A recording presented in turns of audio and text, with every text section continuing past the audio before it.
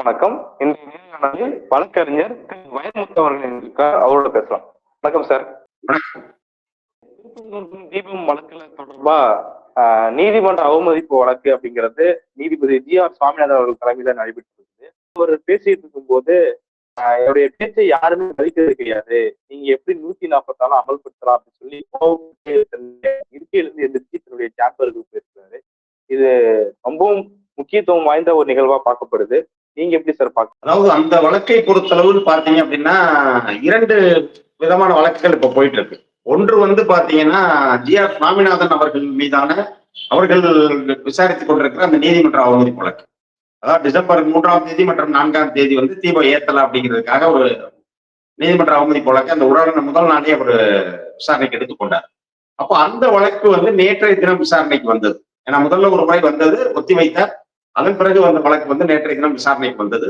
மதுரை மாவட்டத்தினுடைய ஆட்சியர் பிரவீன்குமார், காவல் ஆணையாளர் லோகநாதன், துணை ஆணையர் இனிகோ திவ்யன், அதே போல கோவிலுடைய செயல் அலுவலர் என்.என். நாராயணன் போன்றவர்கள் நேரடியாக அவர்கள் நீதிமன்றத்தில் ஆஜராகி இருந்தார்கள். அதே போல தலைமைச் செயலாளர் முருகானந்தம் அவர்களும், சட்டம் ஒழுங்கினுடைய கூடுதல் டிஜிபி டேவிட்சன் தேவாசீர்வாதம் அவர்களும் காணொலி காட்சி வாயிலாக ஆஜராயிருந்தாங்க. அப்போ வந்து ஒரு நீதிபதி என்ன கேட்கிறார் அப்படின்னா, அதாவது பொதுவாக ஒரு விஷயத்துல வந்து ஒரு நீதிபதி வந்து தன்னுடைய வரம்பை மீறக்கூடாது, அந்த நீதிமன்றத்துக்குள் அவர் எவ்வாறு நடந்து கொள்ள வேண்டும் அப்படிங்கிறது இருக்கு.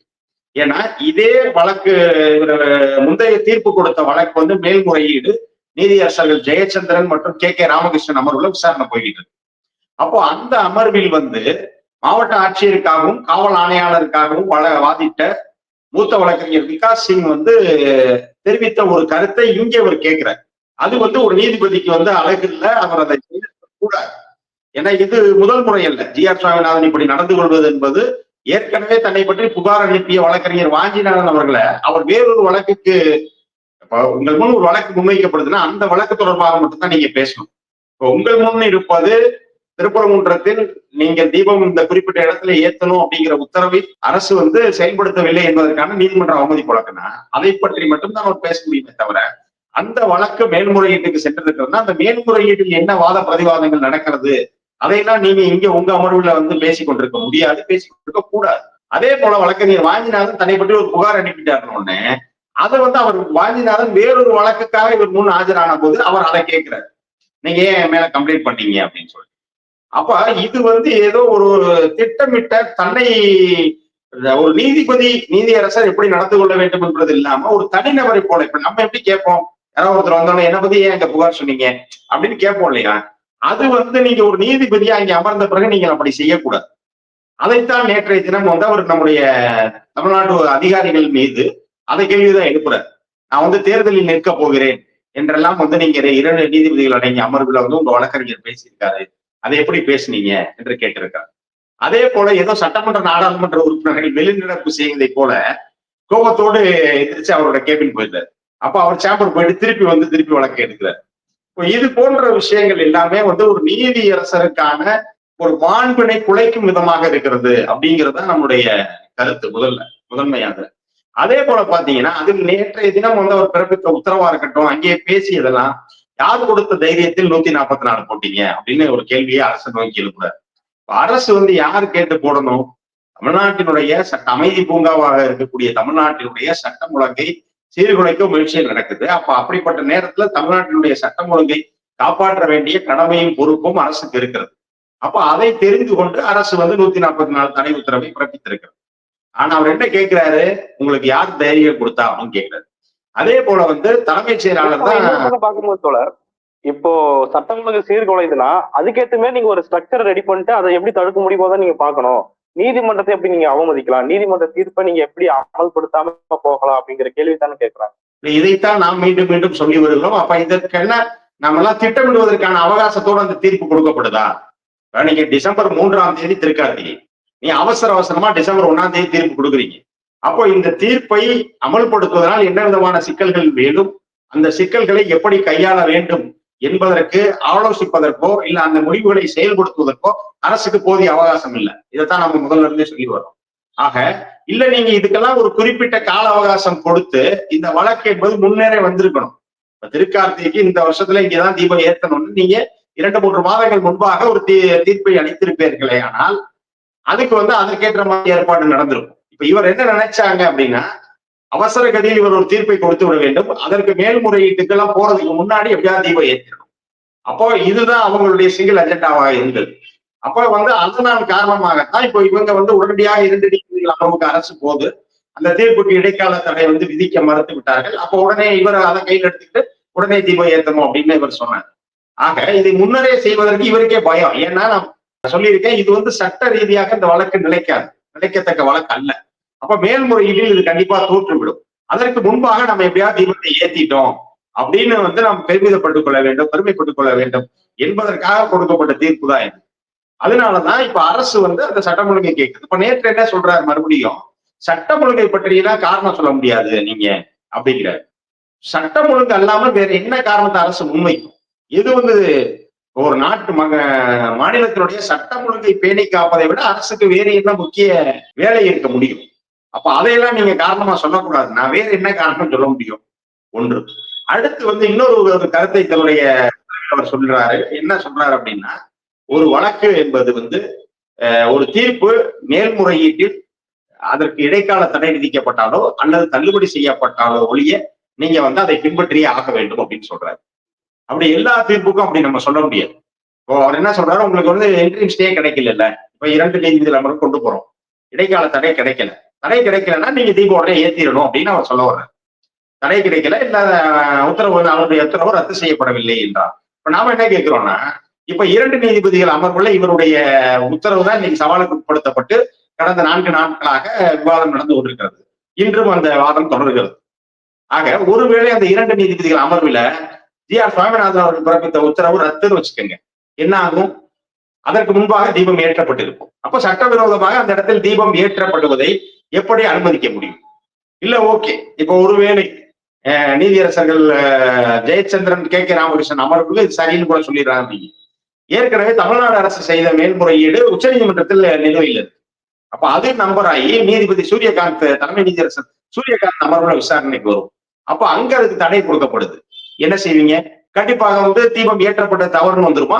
ஆக இதுதான் நம்ம செய்ய முடியாதுன்னு அரசு சொல்லுது.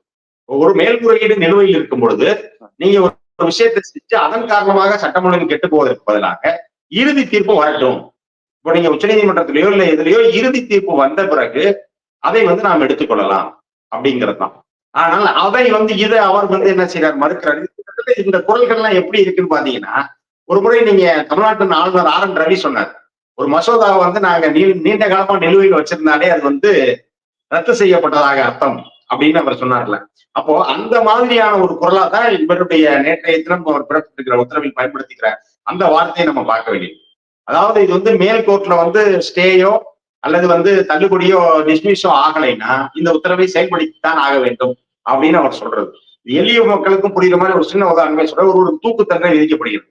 தூக்கு தண்டனை ஒருத்தர் வந்து எதிர்த்து மேல்முறையீடு பண்ணியிருக்காரு. தீர்ப்பை நிறுத்தி வைக்காம விசாரணை நடந்துகிட்டு இருக்கு. அவரை தூக்குல போட்டுருவீங்களா? ஒருவேளை அங்க போய் அவர் நிரபராதின்னு வந்தா என்ன செய்ய முடியும்? தூக்குல போட்டு அவர் உயிரோட திருப்பி கொண்டு வந்து விட முடியுமா? ஏறத்தாழ இதை போன்றதுதான் இந்த தீபம் ஏற்றும். அப்போ எப்படி நீங்க வந்து அந்த தண்டனை அவருக்கு அளிக்கப்படுவதை நாம் நிறுத்தி வைக்கிறோமோ அதை போல தீபம் ஏற்றும் நடவடிக்கை நிறுத்தி வைக்கப்படுகிறது. மேல்முறையீடுகள் நடக்குது. மேல்முறையீடு வந்து சென்னை உயர் நீதிமன்ற மதுரை கிளையில வந்து 2 நீதியரசர்கள் முன்பாக நடக்குது.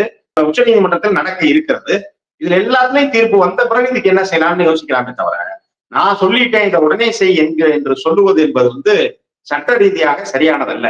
அப்ப மீண்டும் சொல்றாரு, நான் வந்து விரக்தியில இருக்கேன், ரொம்ப நான் சோர்வடைஞ்சிட்டேன், எத்தனை நீதிமன்ற அவமதிப்புல நான் அதிகாரிகளை கூப்பிட்டு கேள்வி கேட்டுட்டே இருக்க முடியும் அப்படின்னு சொல்றாரு. உண்மைதான், பல்வேறு நீதிமன்ற அவமதிப்பு வழக்குகள் நிலுவையில் இருக்கின்றன. ஆனால் அந்த வழக்குகளில் எல்லாம் காட்டாத அக்கறையை நீதியரசர் ஜி.ஆர். சுவாமிநாதன் இதுல மட்டும் காட்டுவதன் அவசியம் என்ன என்பதுதான் மக்களோட கேள்வி.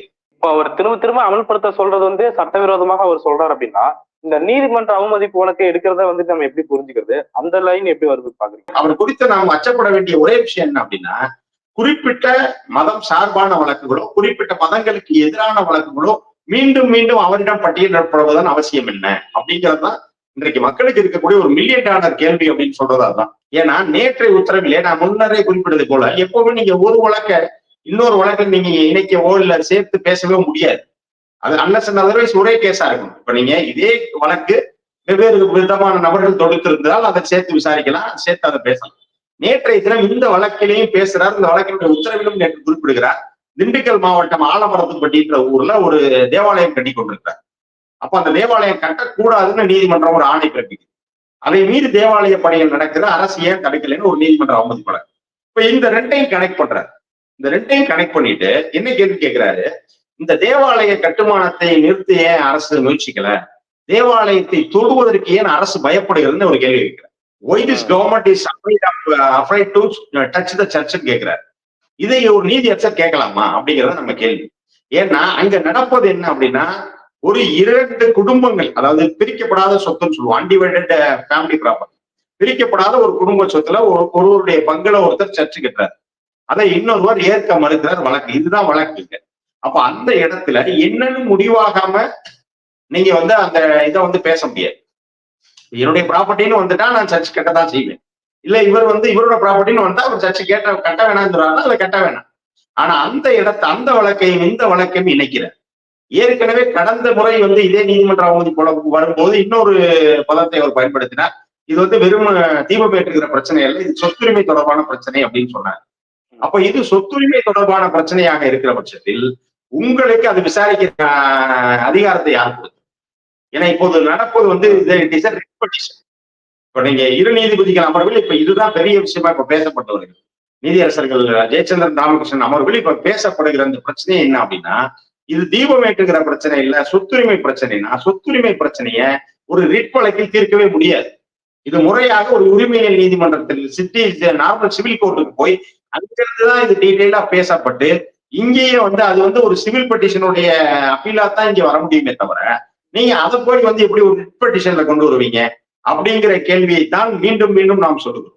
ஆனா இவர் ஒரு சட்டம் தெரிந்த ஒரு நீதியரசர் எப்படி இது ஒரு தீபம் ஏற்றுகிற பிரச்சனை இல்ல, சொத்துரிமை பிரச்சனை அப்படின்னு சொன்னீங்கன்னா, சொத்துரிமை பிரச்சனை இந்த வழக்கை நீங்க விசாரிக்க முடியாது, இந்த இடத்துல பிடிச்சிடும். ஆக இது எதையுமே ஏற்றுக்கொள்ளாமல் அவர் தன்னை முன்னிறுத்துவதற்காக இல்ல தன்னுடைய அஜெண்டாவை நிறைவேற்றுவதற்காகவும் தான் இப்போ இந்த வழக்குகளை பயன்படுத்தி கொண்டு வருகிறார். இது விட அதிகமா போனா இன்னைக்கு சென்னை உயர்நீதிமன்ற மதுரை கிளையில் இருக்கக்கூடிய பெரும்பாலான வழக்கறிஞர்கள் ஐ சப்போர்ட் ஜி.ஆர். சுவாமிநாதன் என்று தன்னுடைய வாட்ஸ்அப்ல டிபி வைக்கிறதுக்கு நிர்பந்திக்கப்படுகிறார். அவங்களுக்கு ஒரு மறைமுக அழுத்தம் கொடுக்கப்படுது. நீங்க இது ஒரு அரசியல் மாதிரி ஆயிடுச்சு, நீங்க அவரை ஆதரிக்கணும் அப்படிங்கறத நீங்க உடனே உங்க டிபில வைக்கணும் அப்படின்னு சொல்றாங்க. இன்னும் அதிகம் போனால் இங்க இருக்கக்கூடிய ஒரு கே ரமேஷ்ங்கிற வழக்கறிஞர் உச்ச நீதிமன்றத்துல ஒரு வழக்கு தொடர்றாரு. இந்த இம்பீச்மெண்ட் கொடுத்த அந்த இம்பீச்மெண்ட்டை ரத்து பண்ணணும், இம்பீச்மெண்ட்ல மேல் நடவடிக்கை எடுக்கக்கூடாது என்று மக்களவை செயலாளருக்கு உத்தரவிட கோரி ஒரு வழக்கு தொடர்றாரு. அப்ப இதெல்லாம் இவருடைய நாலேஜ் இல்லாம நடக்குதா, இல்ல இவரு தான் பின்னணியில இருந்து அவர்களை அப்படி செய்ய சொல்லுகிறாரா என்கிற கோணத்திலும் நாம் பார்க்க வேண்டியது இருக்கு. மாதிரி இரு நீதிபதிகள் அடங்கிற முறையிலேயே அந்த வழக்கு விசாரணை நடத்தப்பட்டு இருக்குது. அதுல விகாஸ் சிங் அவர்கள் பல்வேறு வாதங்களை முன் வச்சிருக்காரு. குறிப்பா சொன்னா ஜி.ஆர். சாமிநாதன் அவர்கள் தேர்தலில் கூட போட்டியில்லை அப்படிங்கிற மாதிரியான வாதங்கள். இப்போ அவங்க என்ன மாதிரியான அப்சர்வேஷன் முன் வச்சிருக்காங்க, அந்த வழக்குடைய விசாரணை எப்படி பாக்குறீங்க? நீதிபதி ஜி.ஆர். சாமிநாதன் அவர்கள் பிறப்பித்த அந்த தனி நீதிபதி உத்தரவுக்கு எதிராக அரசு தரப்பு மேல்முறையீடு செய்தது.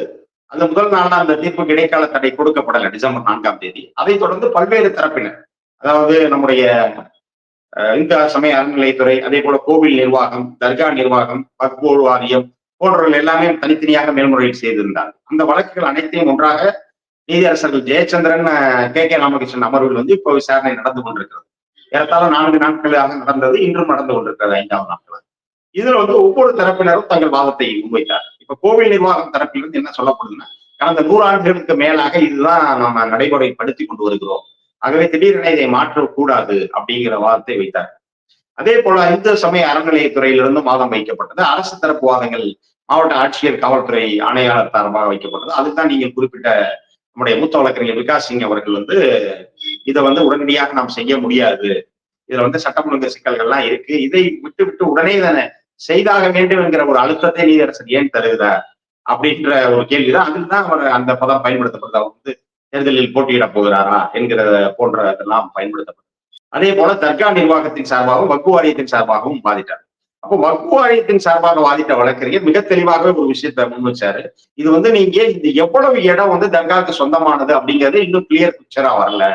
அதாவது நீங்க 15 தர்காவிலிருந்து 15 மீட்டருக்கு அப்பால் நீங்க இந்த தூண் இருக்கிறது நீங்க விளக்கேற்றலாம் சொல்றீங்க. ஆனா இது தர்காவினுடைய அந்த பகுதிக்குள் தான் வருகிறது. அப்ப நீங்க இல்லை என்று சொன்னால் நீங்க வந்து இந்த மலையை வந்து ஒரு டீட்டெயில்டா நில அளவீடு பண்ணணும், சர்வே பண்ணணும். அதை வந்து நீண்ட நாட்களாகவே தர்கா தரப்பு கோரி வருகிறது. அதை வந்து இவங்க ஒத்துக்கல. அப்ப இதை ஒற்றுக்கொள்ளாத பட்சத்தில் வந்து 1920 நடந்த தீர்ப்புலயே என்ன சொல்லியிருக்காங்க அப்படின்னா, இது வந்து டீட்டெயிலா ஒரு சர்வே நடத்தி தான் நீங்க டிசைட் பண்ணணும் இதுல அப்படிங்கிறது 20 தீர்ப்புள் சொல்லப்பட்டிருக்கிறது. அப்ப அந்த 20 தீர்ப்பை இன்னைக்கு வரைக்கும் வந்து அவங்க நடைமுறைப்படுத்தாமல் இருக்கிறார்கள். அப்படி 20 தீர்ப்புல அவங்க என்ன சொல்றாங்கன்னா, நிலம் வந்து சர்வே பண்ணப்பட்டு அதில் சிக்கல் இருக்கிற பட்சத்தில் முறையாக சிவில் வழக்கு தான் தொடரப்படணும், உரிமைகளோட. இப்போ உங்களுக்கும் எனக்கும் இட பிரச்சனை என்னன்னா, அந்த இட பிரச்சனையை நீங்க போய் ஹைகோர்ட்ல தீர்க்க முடியாது நேரடியா. பொதுவாக ரிட் வழக்கு என்பது அரசை ஒரு ஒரு அரசிடம் ஒரு நிவாரணம் கோருவதற்காக தாக்கல் செய்யப்படுகிற வழக்கு தான் ரிட் வழக்கு. அப்போ இந்த இடத்துல உங்களுக்கும் எனக்குமான லேண்ட் டிஸ்பியூட்டை நம்ம ஃபர்ஸ்ட் முடிக்கணும். அது யாருக்கு சொந்தமான இடம் என்பது. இன்னும் வந்து வெளியே வராத இன்னொரு செய்தி என்னன்னா, திருப்பரங்குன்றம் மலையில் இன்றைக்கு வரைக்கும் ஏதோ இந்துக்களுக்கும் இஸ்லாமியருக்கும் தான் சிக்கல் இருக்கிறது. அவங்க 2 பேர் தொடர்பான வழிபாட்டு தலங்கள் தான் இருக்குன்னு நினைச்சிட்டு இருக்கோம். ஆனா இல்ல. இதில் வந்து சமணர் படுகை இருக்கிறது. இந்து மதம் தோன்றுவதற்கு முன்பாகவே வந்து மதுரையுடைய வரலாறு படிச்சா தெரியும். அந்த கூன் பாண்டியன் காலத்துலதான் அவர் வந்து சைவத்துக்கு மாறுறாரு. சமண சமயத்தை தழுவி இருந்தவரை திருநாவுக்கரசர் இங்க வந்து அவர் வந்து சைவத்திற்கு மாற்றியதாக வரலாறு. அப்ப அதன் முன்பாக இங்கே ஆளுகை அனைத்துமே சமணர் கையிலே இருந்தது. மதுரையை சுற்றியுள்ள மலைகள் எல்லாத்துலயுமே சமணர் படுகைகள்லாம் இருக்கு. இப்ப இன்றும் சமணர்கள் திருப்பரங்குன்றத்தில் ஒரு பகுதியை சென்று வழிபட்டு வருகிறார். இப்படி 3 மதத்தவர்கள் பிரச்சனை இல்லாமல் வழிபட்டு வந்த ஒரு இடத்தை இன்னைக்கு உங்க பிரச்சனைக்குரியதை ஆக்குறதுனால, அப்ப முழுமையான அளவீடு பண்ணி இந்த 3 மதத்தினருக்கும் குறிப்பா எந்தெந்த பகுதி சொந்தம் அப்படிங்கிற ஒரு முடிவுக்கு வரணும். அப்பதான் வந்து நாம இதுல சரியான ஒரு நிலைக்கு வர முடியும் அப்படிங்கிறது தர்கா தரப்பு வாதமாக இருந்தது. அதே போல அரசு தரப்பிலும் அந்த தூண் வந்து சமணர்கள் பயன்படுத்தி இருக்கிறார்கள் அப்படிங்கிற ஆதாரங்கள்லாம் சொன்னாங்க. இதுக்கெல்லாம் பேர்ல ட்விஸ்டா பாத்தீங்கன்னா, மனுதாரர் தரப்பு வழக்கறிஞர் மூத்த வழக்கறிஞர் ஸ்ரீராம் நேற்று வாதங்களை முன்வைச்சார். அப்ப அவரிடம் வந்து நீதியரசர்கள் கேட்கிறாங்க, நீங்க இதற்கு முன்பாக அந்த இடத்துல தீபம் ஏற்றப்பட்டதற்கான வரலாற்று பூர்வ சான்றுகள் எதுவும் இருக்கிறதா அப்படின்னு கேட்டா, அவர் வந்து என்ன பதில் வந்துச்சுன்னு கேட்டா அவங்களுக்கு பெரிய ஆச்சரியமா இருக்கும். அவர்கள் தொடர்ச்சியாக எல்லா இடத்திலும் சொல்லுகிற அந்த ஒரே வார்த்தையை தான் சொல்றாங்க, எது எங்களுடைய நம்பிக்கை அப்படின்றாங்க. அயோத்தியிலே வந்து ராமர் கோவில் இருந்தது, அந்த இடத்துலதான் ராமர் பிறந்தாருன்னா என்ன ஆதாரம்னு கேட்ட போது அது எங்கள் நம்பிக்கை என்றுதான் சொன்னார்கள். சேது சமுத்திர திட்டத்துக்கு போடப்பட்ட அந்த அடைக்கால் நாட்டப்பட்ட அந்த பணிகள் நடைபெறுகிற இடத்தில் தான் ராமன் பாலம் இருக்கிறது, இதை செய்யக்கூடாதுன்னாங்க. ஆதாரம் கேட்ட போது அப்போதும் இது எங்கள் நம்பிக்கை என்றுதான் சொன்னார்கள். அதே வார்த்தை தான் நேற்று சொல்றாங்க. அப்போ வந்து இந்த இடத்துல நீங்கள் குறிப்பிடுகிற அந்த தர்காவிற்கு அருகில் இருக்கக்கூடிய அந்த தூணில் இதற்கு முன்பாக விளக்கேற்றியதற்கான எந்த வரலாற்றுக்கும் ஆதாரம் இல்லை என்பதை மனுதாரர் தரப்பு வழக்கறிஞரே நேற்று ஒத்துக்கொண்டிருக்கிறார். அவர் ஸ்ரீராம என்ன சொல்றாரு அப்படின்னா, இது எங்களுடைய நம்பிக்கை. அப்ப இது பக்தர்களின் கோரிக்கை, எங்களுடைய நம்பிக்கைன்னு சொல்றாரு. அப்போ உடனடியாக அரசு தரப்பு என்ன கேள்வி நேற்று எழுப்புச்சுன்னா, உலகம் முழுவதும் பக்தர்கள் இருக்கிறார். திருப்பரங்குன்றம் கோயிலுக்கு உலகெல்லாம் பக்தர் இருக்காங்க. அந்த பக்தர்கள் யார் உங்களுக்கு பிரிவிலேஜ் கொடுத்தது? இப்ப அனைத்து பக்தர்களின் சார்பாக ராம ரவிக்குமார் வழக்கு தொடர்வதற்கு அவருக்கு என்ன இது இருக்கு? அவருக்கு வந்து எல்லோரும் சேர்ந்து ஏதாவது இது கொடுத்துருக்காங்களா, பொருள் கொடுத்துருக்காங்களா, எங்களின் சார்பாக நீங்க இந்த வழக்கை வாதிடலாம்னு அப்படின்னு கேட்டாங்க. ஒருவேளை அப்படி இருக்குமேயானால் அந்த வழக்கு வந்து ஒரு ரிட் வழக்கா தாக்கல் செய்ய முடியாது, பொதுநல வழக்கா தான் தாக்கல். ஏன்னா எல்லா பக்தர்களுடைய நலனுக்காக அவர்களுடைய விருப்பத்திற்காக நீங்க ஒரு வழக்கு தொடர்றீங்கன்னா அது it should B A public interest litigation. அதையும் வந்து ஒரு தனிநபர் ஒரு எனக்கான ஒரு நிவாரணமாக கேட்க முடியாது, ரிட்மனுவா கேட்க முடியாது. அப்போ இந்த வாதங்களை எல்லாம் வந்து அரசு தரப்பு வைத்தது. இன்னொன்று, நீதிபதிகள் வந்து 2 தினங்களுக்கு முன்பாக ஒரு கேள்வி எழுப்பினாங்க, இல்ல 3 தரப்பையும் அமர்ந்து ஒரு சமரச பேச்சுவார்த்தை மாதிரி நடத்தலாமா அப்படின்னு கேட்டிருந்தாங்க. ஆனா இந்த எல்லா தரப்புமே வாதங்களை வைக்கும் போது அவரவர்கள் தரப்பிலே வாதங்களை வலுவாக வைத்த பிறகு நேற்றைய தினம் வந்து நீதிபதிகள் இருவருமே என்ன கருத்து சொன்னாங்கன்னா, இல்ல இதுமேல் வந்து இந்த சமரச இதுல தீர்க்க முடியாது, நம்ம வந்து ஆதாரங்களின் வழக்கின் அடிப்படையில் தான் தீர்க்க முடியும் அப்படின்னு சொன்னாங்க. சொல்லிட்டு நேற்றைய தினம் நீதிபதிகள் இன்னொரு கேள்வியும் கேட்டார்கள். அதில் தான் தனி நீதிபதி ஜி.ஆர். சாமிநாதன் கொஞ்சம் அப்செட் ஆனதாக தகவல். அவர் என்ன கேட்டாங்கன்னா, இவ்வளவு தூரம் இதுக்கு சிக்கல் இருக்கும்போது எந்த தரப்பினுடைய முழுமையான ஆதாரங்களை வந்து கன்சிடர் பண்ணாம பரிசீலிக்காம எப்படி அவசரமா தனி நீதிபதி உத்தரவு பிறப்பிச்சார் அப்படிங்கிற ஒரு கேள்வியை ஒரு கருத்தாக அவர்கள் நேற்றைய தினம் முன்வைத்தார். அப்ப அதுதான் இவரை டிசப்பாயின்மெண்ட் ஆக்கி இந்த இடையில் வந்து அமர்வுக்கு இடையில அவர் வெளியே போனாரு என்று சொல்லப்படுவது எல்லாமே அதன் காரணமாக அவர் அப்செட் ஆனதுதான் அப்படிங்கிறதுமே நீதிமன்றத்தில் நேற்று கிடைத்த தகவல். வழக்கு எந்த அளவுக்கு போகுது அப்படிங்கிறத பொறுத்து வந்து பார்க்கலாம். நிறைய விஷயங்களை பகிர்ந்துக்கிட்டார். மிக்க நன்றி. நன்றி.